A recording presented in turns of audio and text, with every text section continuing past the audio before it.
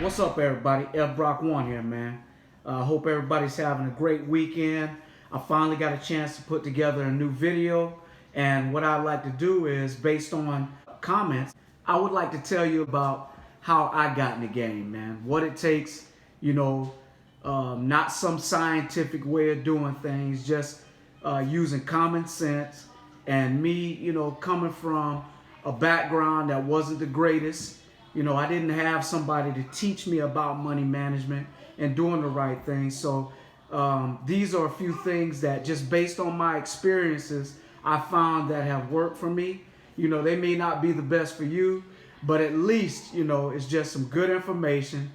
Take what you feel will be beneficial to your life and add value to you. And if you don't see what I'm saying is beneficial, throw it out the door, man. I just want you to see where I'm coming from. I can tell you that, it took me 20 years to get where I am. So it wasn't just an overnight thing, as social media make you think that life is about. Success is a marathon. It's not a 100-meter dash. And if you're thinking you're going to be one of those people who just overnight end up becoming a millionaire or gain some type of notoriety, in most cases it doesn't happen. So I'm going to go ahead and give you my top 5 ways that I've built wealth. All right. Number 1, first, I avoid toxic people. Toxic people will drain the life out of you, especially if they're a toxic person with financial hardships. That makes it even worse. Those people will make you feel guilty about anything that you do that builds upon your success, that makes you feel good about your level of success. A toxic person will find a way to make that a negative thing. So avoid negative people. Find like-minded, positive people who are optimistic about the future. And what I mean by that are individuals who believe that there is a possibility no matter how hard your upbringing or your situation is. Number 2, protect your credit. And I mean that with a passion, man. I don't care if it's a family member. I don't care if it's your child. I don't care who it is. Best friend, girlfriend, do not co-sign for anybody. Co-signing for somebody else's expenses is probably the worst thing you can do. Because if that person defaults on making payments, guess who's on the hook for it? You. And a lot of times, if somebody needs you to co-sign, 9 times out of 10, they're basing what they want off of instant gratification, and they really don't need it at that time.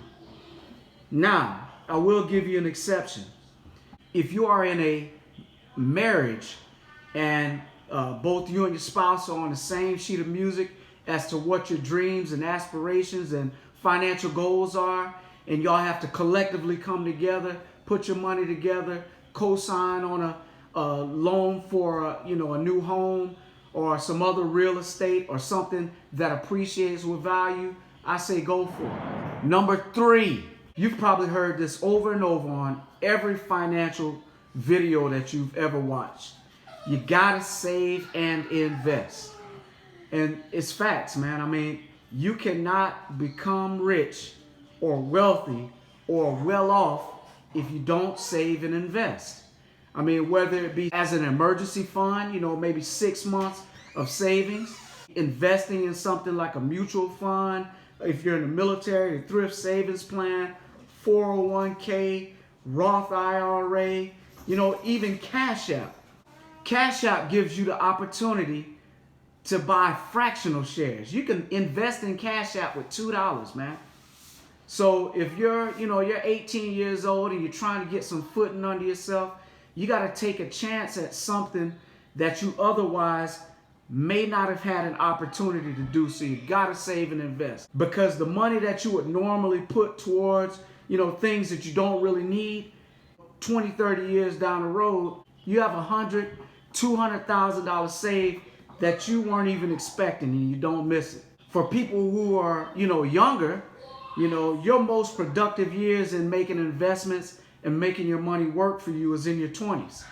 You know, the earlier you get in, the more opportunity you have to save and increase the amount of your gains that you're going to get through, you know, compounded interest and all those things. So make smart choices when you're picking different investments. You have to develop smart goals for yourself. And what I mean by that is making goals that are specific, they're measurable, attainable, realistic, and timely. I think the most important thing out of that smart process is creating realistic goals. Who else knows what you're more capable of than you? Number 4, never buy what you can't sell if you come on hard times. Let me say that one more time. Never buy an expensive item that if you came on hard times, you could not sell to get you out of a hole.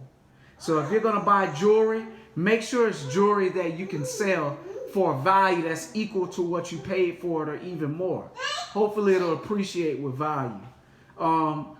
If you're going to buy guns and stuff like that, make sure you get a decent gun. Don't go out there and buy something from a pawn shop that's not worth $100. Go out there and pay for a high quality firearm that will appreciate in value. You know, if you're going to spend your money on real estate, make sure you're invested in a community that has a good school system, that has opportunities for individuals in the surrounding area. That's number 1 that I look for when I'm looking for new properties. What the school district is and, you know, how the community comes together to make the area better. Number 5, if you want to get something big on a splurge, there's nothing wrong with that. Man, I love Jordan 3s and 4s, man. Those are my favorite shoes. I will rock them nonstop. I'll rock them till they start leaning with it and rocking with it. And guess what? I'll pair those up with some clothes from Target, Walmart, Amazon, TJ Maxx, any discount store you name, and you'll never know the difference. It's all about how you put it together and, you know, present yourself. So don't get caught up in the designer this, designer that. You know, for one, it's not worth it. 2, eventually those clothes are either going to shrink, they're going to get a stain on them that you can't get rid of, or they're going to get a hole on them, in them, and you're not going to use them anymore. So if you have to buy something that's expensive, make a trade-off. Either you're going to have expensive clothes and some nice, inexpensive shoes. I'm not telling you to go get some Bobos and put them on, but at least make sure they can match with the outfit you're getting. Or if you're like me and you like J's, you know, get you a fresh set of J's, but go cheap on the pants or a nice shirt. And depending on who you are and how you rock it, who's going to know the difference? All right, so here's a bonus message for you. I can give you all the game there is in making a better life for yourself or your family, or, you know, creating longevity with your finances. But the bottom line is you have to be concerned about yourself. You cannot worry about what the Joneses are doing and what they have parked in their driveway. Because the only thing you can take care of and control is what you do. You know, do you. If you have a nice car, if you have a nice house or apartment, just be grateful, man. Be grateful that you have had an opportunity to work hard and achieve the things that you do have. Because there's somebody out there who will never reach your level of success. Just enjoy your life. Don't worry about what other people have going on, because what these individuals are doing will never bring happiness in your life. So with that, thanks again for tuning in. Hopefully I gave you some good information that you can work with.